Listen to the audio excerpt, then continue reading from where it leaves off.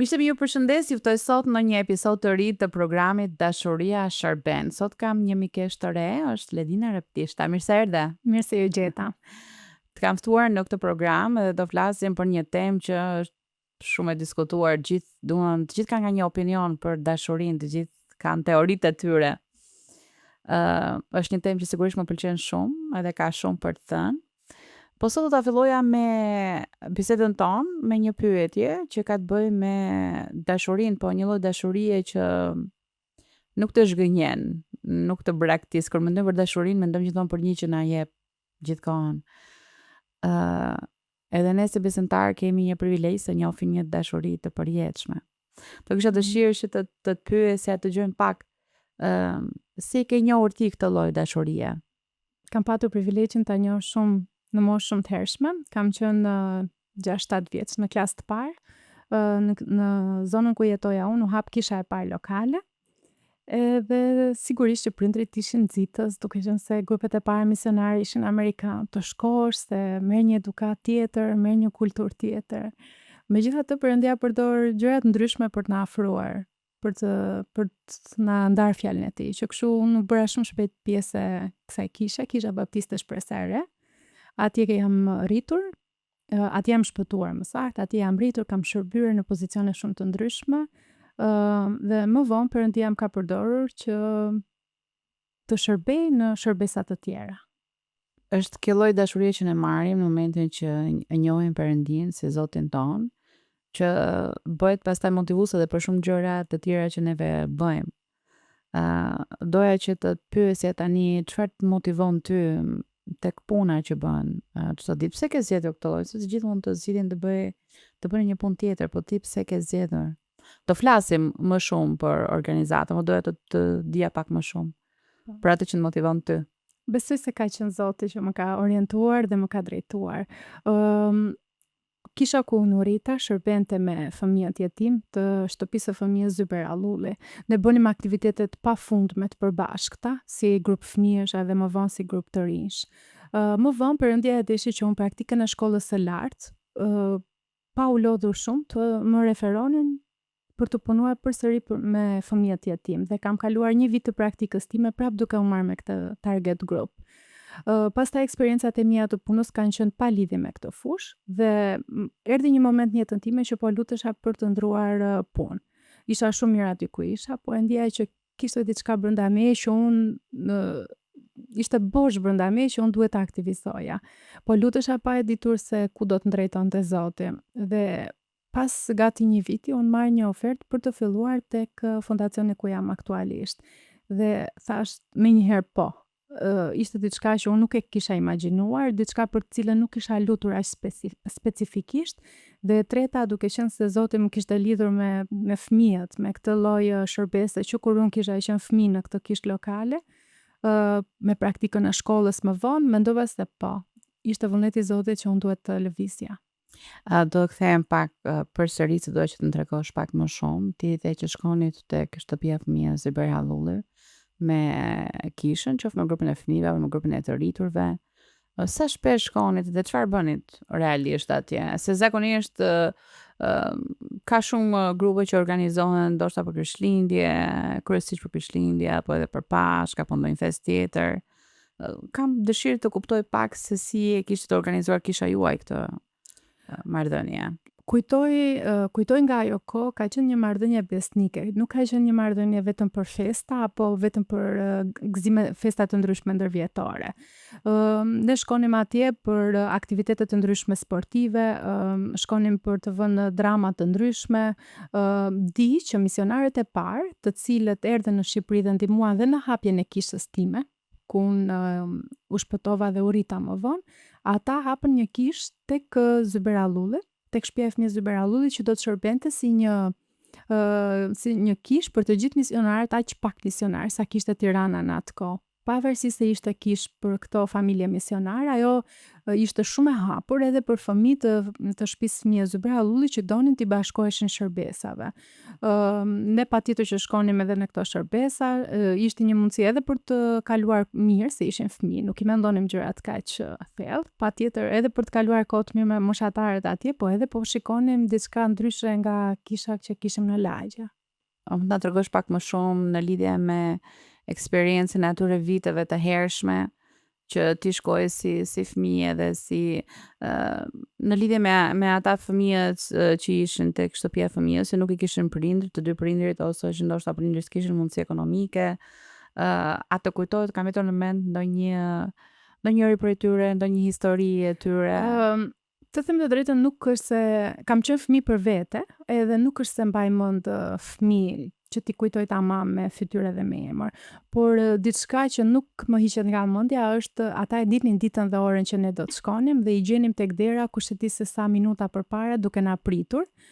Bashkë me ne ishin edhe pastori jon, grupe të ndryshme misionare që shërbenin atë kohë në kishën time, dhe ata domethënë di që na mpulonin me puthje dhe me përqafime, edhe i gjithë programi shkonte domethënë pa thënë asnjëherë, me një grup fëmijësh po them unë 80-100 fëmijë pa thënë asnjëherë ju lutem qetësi. Domethënë dëgjonin, ishin kështu gjithë sy e vesh deri në momentin që do iknim.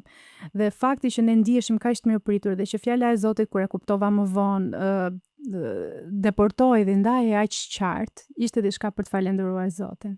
Tani ti ke 11 vite që shërben tek kjo qendra Shpresa e Fondacionit Shpresë për Botën. Na trego pak më shumë edhe për aktivitetin e fondacionit në tërësi, po pastaj edhe do ndalemi tek qendra edhe thjesht dua që ata të gjithë që na dëgjojnë sot ta kuptojnë. Ata nuk kanë ardhur asnjëherë aty. Na e përshkruaj. Atëherë fondacioni ka 33 vite në Shqipëri. 33 vjet në Shqipëri. Mbase nuk më takon mua ta bëj gjithë të përmbledhje se jam më e reja në staf, ndoshta nga më të rinjt, të tjerët kanë më shumë vite, shumë më shumë se unë që kur është themeluar fondacioni.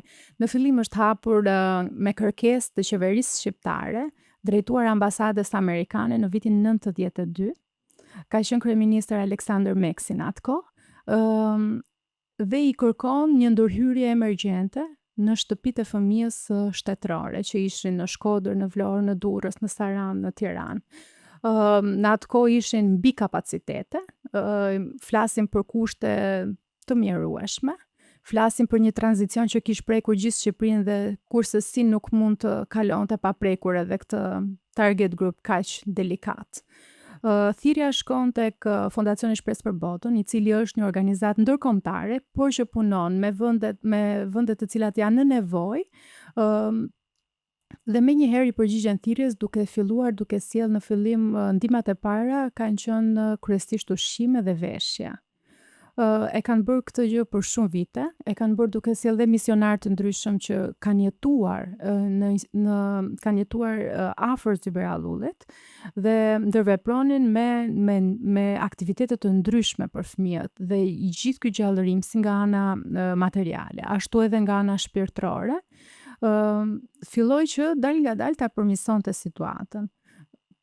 Fondacioni pa që kjo situatë nuk ishte vetëm tek shtëpia e fëmijës Zyber Hallullit në Tiranë, por ishte edhe në Saranë, në Shkodër, në Vlorë, në Durrës dhe gradualisht filloi dhe u hap në të gjithë Shqipërinë.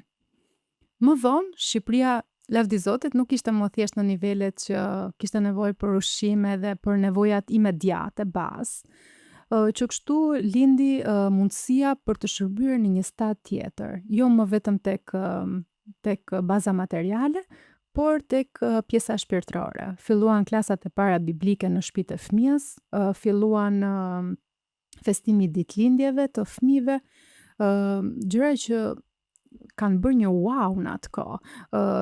Fëmijët, disa prej tyre nuk e dinin kur e kishin ditëlindjen. Edhe festimi dhe përgatitja dhe gjithë dekori ishte një gjë që edhe fëmijët në familje e quanin luks në atë kohë, jo më një fëmijë i institucionalizuar. Më vonë, fondacioni zgjerohet me plane të ndryshme aktivitetesh, ekskursionesh, plane individuale për fëmijë, duke punuar sipas nevojës së secilit me kurse apo me duke parë talentin e tyre dhe duke investuar në fusha të ndryshme. Më vonë do shikojmë se pjesa e fondacionit është e fokusuar vetëm tek pjesa shpirtërore dhe tek pjesa edukative, artistike, sportive e fëmijëve. Kjo bëri që shtëpitë e fëmijës të shikonin një boom, do ta thoja unë, shumë ngjyresh të larmisë së aktiviteteve dhe veprimtarive që do të zhvilloheshin aty.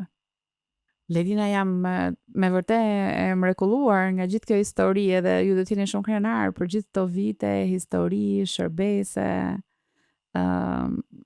Ndërkohë, dua të kthehemi në ditët e sotme, në vitet e fundit. Ti ke 11 vite që shërben aty. Ke filluar fillimisht si punonjëse sociale dhe më pas në drejtimin e qendrës. Më trego pak si është një ditë në qendrën tuaj. Na trego pak edhe për personat që janë aty. 15 vite më parë është hapur Qendra Shpresa, që është pjesë e Fondacionit Shpresë për Botën, një shtëpi fëmijë e cila drejtohet totalisht nga Fondacioni Shpresë për Botën, me mbështetje të kishave të ndryshme në Amerikë.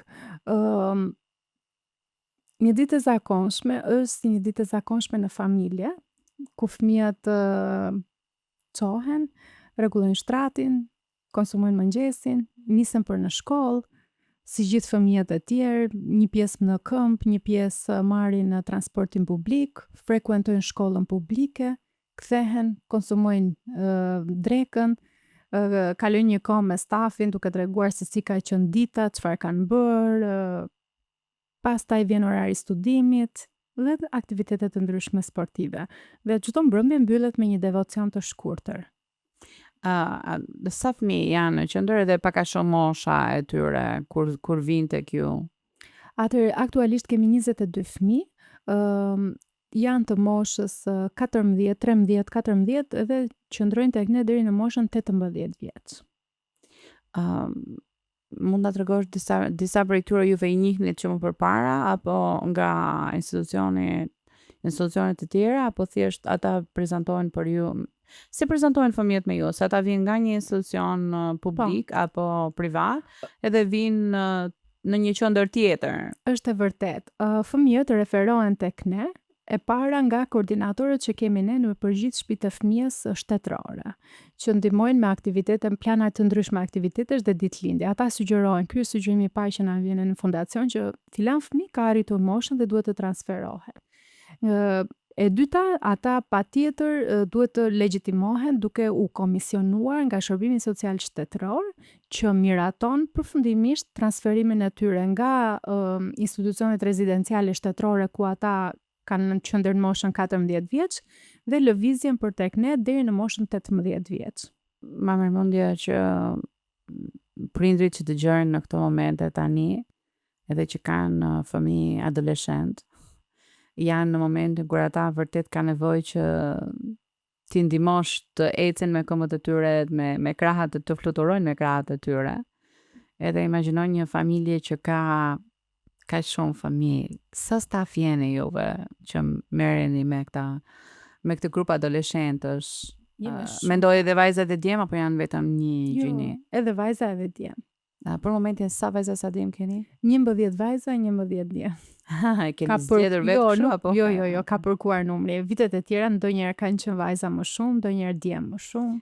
Edhe a njihnin ta fëmijë njëri tjetrin përpara? Po, një pjesë e mirë e tyre e njohin njëri tjetrin, pasi vinë nga institucione shtetërore ku janë rritur një pjesë bashkë. Por, ajo që vlen për të vlerësuar nga kisha të ndryshme është se i kanë bërë pjesë të kampeve verore këta fëmijë, saqë dhe ata që janë për shembull nga shtëpia e fëmijës Shkodër, dhe ata që janë nga shtëpia e fëmijës Saran, njihen me njëri tjetrin se kanë kaluar të paktën 2-3 kampe bashkë në verë. Dhe kjo është gjë shumë e mirë dhe e përgatit punën tonë, përgatit lidhjet e tyre dhe si thuash përmbush pak ato pritshmëritë që çfarë do ndodhi me mua kur të lëviz atje, a do njoh njëri, si do më mirëpresin, a do njoh dikë. Tani 22 adoleshent në shtëpi, edhe vajza dhe djem që kanë nevoja të ndryshme, karaktere sigurisht të ndryshëm, se ne jemi gjithë shumë të Patjetër. ndryshëm. Në një familje janë fëmijë të ndryshëm. Sa staf jeni juve që punoni me këta fëmijë, që merreni me ata? Jemi 6 veta staf. Punojmë shumë gusht, punojmë si një familje, punojmë si një grup shumë i konsoliduar dhe i lidhur, pa ndarë shumë specifikisht detyrat e secilit, por ne e dim se kush është më e mira deri në fund ditës dhe kush është prioritet deri në fund të ditës dhe punojmë të gjithë për atë gjë. Ma me mendja që keni nevojë për ndihmë. Patjetër. Po jo. Sepse po imagjinoj se mund të dalësh 22 adoleshent që ca mund duan të merren me sport, ca tjerë merren me muzikë, ca kanë qef mësojnë, ca s'duan mësojnë fare. Patjetër. Po mund të kenë edhe ndoshta situata traumatike nga e shkuara. Na tërgo pak për disa prej këtyre fëmijëve, që edhe ata të gjithë miqtan që na ndjekin në këtë moment, si t'i njohin. Po. Kanë kaluar shumë fëmijë dhe viti i fundit që ne i përgatisim me një plan integrimi që ata do të largohen, besoj se është më i vështirë për të dyja palët. E presim me padurim të bashkohen, të largohen kuptimin për të nisur një jetë të re, por nga ana tjetër kanë qindra frikra dhe pasigurira që na ofron bota të gjithëve, aq më tepër si shumë fishojnë to tek një fëmijë që nuk është rritur në një familje biologjike. Megjithatë, Perëndia kujdeset dhe siguron në një mënyrë të mrekullueshme dhe ne kemi parë, jemi dëshmitar të shumë fëmijëve të cilët kanë ecur shumë mirë. Na trego disa nga këto Kanë histori që shkëlqyer. duam të inkurajohemi. Na trego ndoshta nuk ndoshta për konfidencialiteti nuk do të përmend emrat e tyre, po Nuk do të përmend emra dhe nuk do të përmend detaje, por kemi fëmijë që kanë shkëlqyer në sport, në mjeksi, në mësuesi, kanë krijuar familje shumë të shëndetshme. Janë përfshirë dhe shërbejnë në kisha të ndryshme lokale, siç ka edhe të rinj që kjo është ajo që më prek, që ka të rinj që e njohin Zotin mbasi janë larguar nga ne. Dhe këtu është fiksa i vargu që njëri mbjell, tjetri ujit dhe tjetri korr. Asnjëherë puna jonë nuk duhet të ndalet dhe asnjëherë ne nuk duhet të shkurajohemi duke menduar se kemi bërë mjaftueshëm dhe nuk mund të bëjmë dot asgjë për ta ndryshuar situatën, sepse nuk e dim kur Perëndia do të punojë me një X person. po mundohem që të kuptoj pak më shumë në lidhje me ata disa prej tyre që sot janë të pavarur me familjet e tyre, a kthehen ata për të a e shikojnë qendrën si një vend ku ata mund të japin një kontribut për fëmijët e tjerë, sepse ata e kuptojnë edhe më mirë nevojën, mendoj se secili nga ne që është rritur në një familje biologjike. Faleminderit që e solle këtë. Ata janë ndoshta telefonata e parë që bëj unë kur kam nevojë për diçka. Ata janë burimi kryesor që do të vinë dhe do të ofrohen për të ndihmuar vullnetarisht apo për të dhënë kontributin e tyre. Ata përgjigjen siç do të përgjigjej një fëmijë në familjen e tij. Dhe unë për këtë jam pafundësisht mirënjohës se si ku kam më mirë se ata që kanë ecur në këto këpucë vetë të vinë një moment dhe atë suksesin, shkëlqimin e tyre ta sjellin dhe ta përcjellin tek ata që sapo e kanë nisur këtë udhtim në fondacion. A mendoj që ata janë edhe shembull inkurajimi dhe frymëzimi edhe për fëmijët e tjerë që janë aty dhe se i shikojnë që edhe ata kanë qenë në të njëjtën situatë, por ja kanë dalë me mbështetjen tuaj, me mbështetjen e miqve të tjerë, po në rast të parë me mbështetjen e Perëndisë ja kanë dalë. Po. Në jetën e tyre. Është shumë inkurajim kur i shikon se si kthehen për të ndihmuar, për të dhënë kontributin e tyre vullnetarisht, por jo vetëm bashkë me familjet, bashkë me bashkëshortët ose bashkë me bashkëshortet e tyre dhe fëmijët. Dhe kjo e bën edhe më të prekshme ëndrrën e secilit që një ditë duan të kenë familjen e tyre. Duke parë që fëmijë të cilët kanë dalë nga po këto institucione, kanë familje të cilat shkëlqejnë, i shërbejnë Perëndisë, janë familje të shëndetshme. Juve përmendet që keni disa kisha që në mënyrë besnike kanë shërbyer, ti vetë ke pasur shumë tënd personal si fëmijë, edhe pa kuptuar shumë, po ke shërbyer në shtëpinë e fëmijës. Si është marrëdhënia me këto kisha, nëse na tregon pak më shumë, si fillojnë ato këto marrëdhënie me ju, si shërbejnë, si është kjo marrëdhënia, kam dëshirë që të di pak më shumë. Nuk dua ta hiperbolizoj, është një marrëdhënie shumë besnike, do ta quaj unë, dhe numri i kishave që ndihmojnë numërohen me gishtat e dorës. Ne si njerëz, nga natyra njerëzore, na pëlqen të ndihmojmë në raste festash, na pëlqen të ndihmojmë në raste kur ndihemi pak të ekspozuar, kur kemi një foto për ta publikuar, por sa e rëndësishme është ajo marrëdhënia e ngushtë, ajo marrëdhënia besnike në periudha të vitit që janë krejt normale dhe s'ka asnjë gjë për t'ja bërë wow.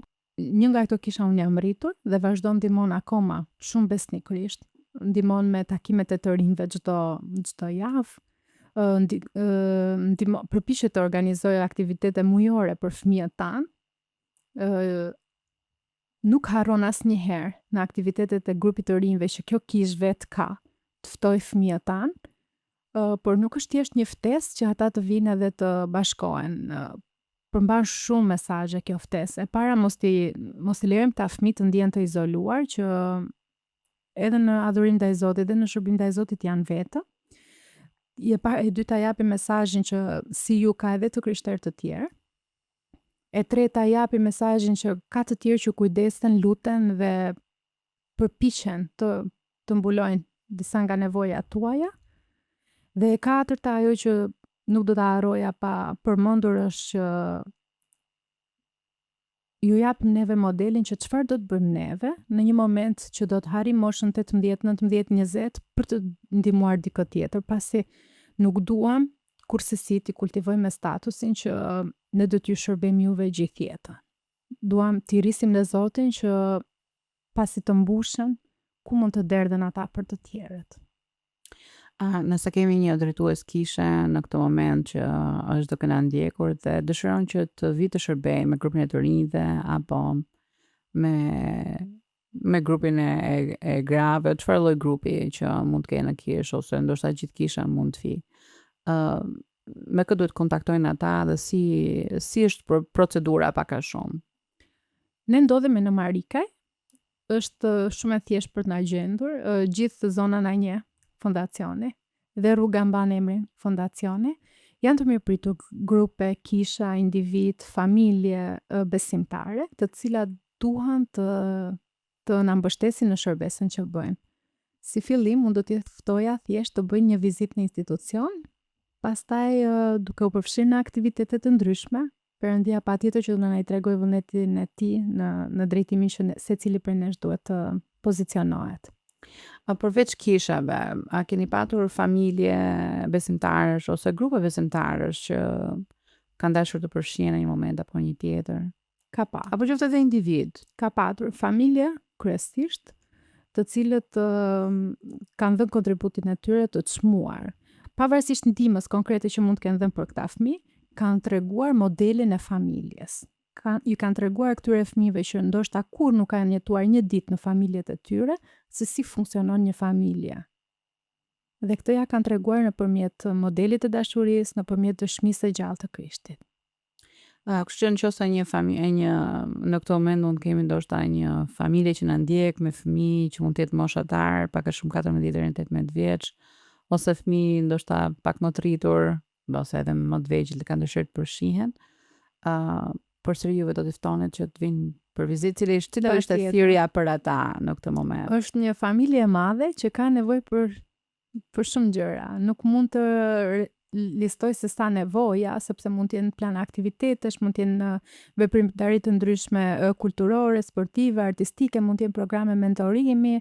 Nuk e dim asnjëherë ku do të na drejtojë Zoti të dy palëve, që kështu ajo që bëj është një thirrje për të ardhur njerëz dhe për ta parë nga afër shërbesën, për ta vizituar. Do doja që të kthehesha përsëri tek ti vet personalisht. Ma përshkruaj pak një ditë tënde në fondacion. Si e fillon ditën dhe kur e mbyll? Nuk di ta them se kur e filloj dhe kur e mbyll, pasi unë dhe bashkëshorti kemi një djalë të vogël 1 vjeç dhe ne jetojmë në institucion me fëmijët. Që ti nuk e ke se ke me orar punën. Nuk e kemi me orar punën. Mendon se Edhe bashkëshorti punon aty? Po. Ne punojmë së bashku. Mendon se e ke mbyllur ditën dhe je në shtrat edhe papritur një nga fëmijët është smur. Mund t'i shërbesh në dhomë, mund të shkosh në spital me këtë fëmijë dhe tjetri të shikoj fëmijët bashkë me një vajzë që është kujdestare. Që kështu asnjëherë nuk është çdo ditë njësoj. Mund të jetë dita patjetër që ka dhe ato momentet e bukura, mund të jemi në shkollë në një teatër që ata mund të luajnë, mund të jemi në një konkurs që ata marrin pjesë, mund të jemi në një seancë gjyqësore të ndërlikuar, konfliktuale. Pikërisht për këta fëmijë, mund të jem në tensionin e një familje biologjike që kurse si nuk do të ketë kontakt me fëmijën edhe një telefonat që unë mund t'i bëj thjesht për të bërë një kafe dhe për t'i shpjeguar që vajza ka dëshirë të takoj, mund të shkatroj gjithë ditën, duke të thënë që për mua është e humbur, për mua është e harruar, nuk dua t'i bjesh më numrit tim. Ka momente të ndryshme. Edhe si do në gjitha këto barat e të tjerëve, na ndikojnë edhe neve. Si adelt i vet, ku shkon ti për të lëshuar të gjitha këto bara, se janë të rënda edhe për një familje, të mbash edhe për 22 fëmijë, përveç familjes tënde. Si e ke dalë ti domethënë deri tani? Po kemi edhe momente shumë të bukura. Ne bëjmë ne bëjmë ekskursione të gjata, domethënë ditore, një ditë, 2 ditë, që largohemi nga Tirana dhe jemi kështu, tamam si një familje që mendojmë se si ta vrasim mendjen të kalojmë sa më bukur. Që kështu këto janë momente që ne i shkarkojmë komplet ato. Pastaj kemi dhe vullnetar që i kemi tamam miq zemre, që na ndihmojnë, që na mbështesin në shërbesën tonë dhe patjetër që dhe me ata kemi ato kohën personale që ndajmë këto bekime dhe këto sfida. Meqense e zure tani në gojë vullnetarët janë të huaj, janë shqiptar. Jo. Dhe si gjeni këta vullnetarët? Si u gjeni juve vullnetarët? Shumica janë shqiptar. Na ka lidhur shërbesa dhe në një moment të caktuar ka thënë, a mund ta jap kontributin tim në këtë gjë? E ka ndarë specifikisht se ku ndihet më mirë të kontriboj. Dhe për mua kjo është më mirë se sa ti them unë se ku mund të ndihmoj.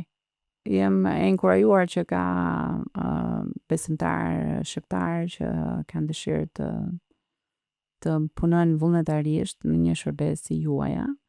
Edhe ndoshta ka të tjerë që na dëgjojnë në këtë moment po s'dinin gjë për ju, po kanë dëshirë të përfshihen në një farë mënyre.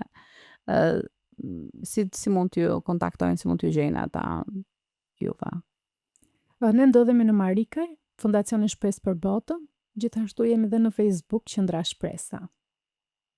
Jemi në fund të kësaj bisede që e bëm bashk, edhe unë do doja që të pyesja nëse ke çfarë mesazhi do kishe në këtë moment, qoftë për kishat që ndjeken, apo për besimtarët që ndjeken, kur vjen puna tek fëmijët që nuk kanë kujdes prindëror. Dhe shumë mund të kenë një lloj mendime, po edhe nuk din. Çfarë mesazhi do kishe për ata? Si mund t'i për çfarë nevojash, çfarë kanë këta fëmijë dhe si mund të mbështesim ne? Nevojat janë nga më të ndryshmet. Më mirë se prindërit që kanë fëmijë në shtëpi, nuk mund t'ja u shpjegoj unë. Nevojat janë kryesisht, unë do të cilësoja nevojat për ndërveprim social, kulturor, sportiv, por pa harruar edhe programe të ndryshme mentorimit, të cilët ne mund t'i kemi në mendje, por na duan njerëz për t'i zbatuar. Okej, të gjithë juve që na keni ndjekur në këtë moment dhe keni dëshirë, Perëndia ka vendosur në zemër që të mbështesni një punë me fëmijët, adoleshentë që nuk kanë prindër afër, kanë nevojë për modele që t'i ndjekin në jetën e tyre, kanë nevojë për njerëz që të ecën së bashku me ta. Si janë atë fazë jetës tyre që kanë nevojë të rriten. Unë t'ju inkurajoja shumë që të kontaktoni me Eledinën, qoftë në Facebook apo mund të shkoni vetë vizitoni në Marika është shumë afër, këtu mund të shkoni dhe ta vizitoni. Dhe mendoj që ndërsa jepni, Jam shumë e bindur që Perëndia do ta bekoj këtë farë që juve jepni. Edhe do jeni bekim për këta fëmijë, po jam bindur që do të jetë një moment jetë ndryshues edhe për secilin nga ju. Faleminderit shumë. Lelina, jemi mirëpritur të vish përsëri. Ndoshta mund të kemi edhe ndonjë nga fëmijët herë tjetër që mund të tregoj pak për eksperiencën e tij ose ndonjë nga fëmijët e rritur. Më mirë kështu. Faleminderit shumë, zoti ju bekoft. Jam shumë inkurajuar nga puna juaj. Faleminderit për ftesën, punë të mbarë.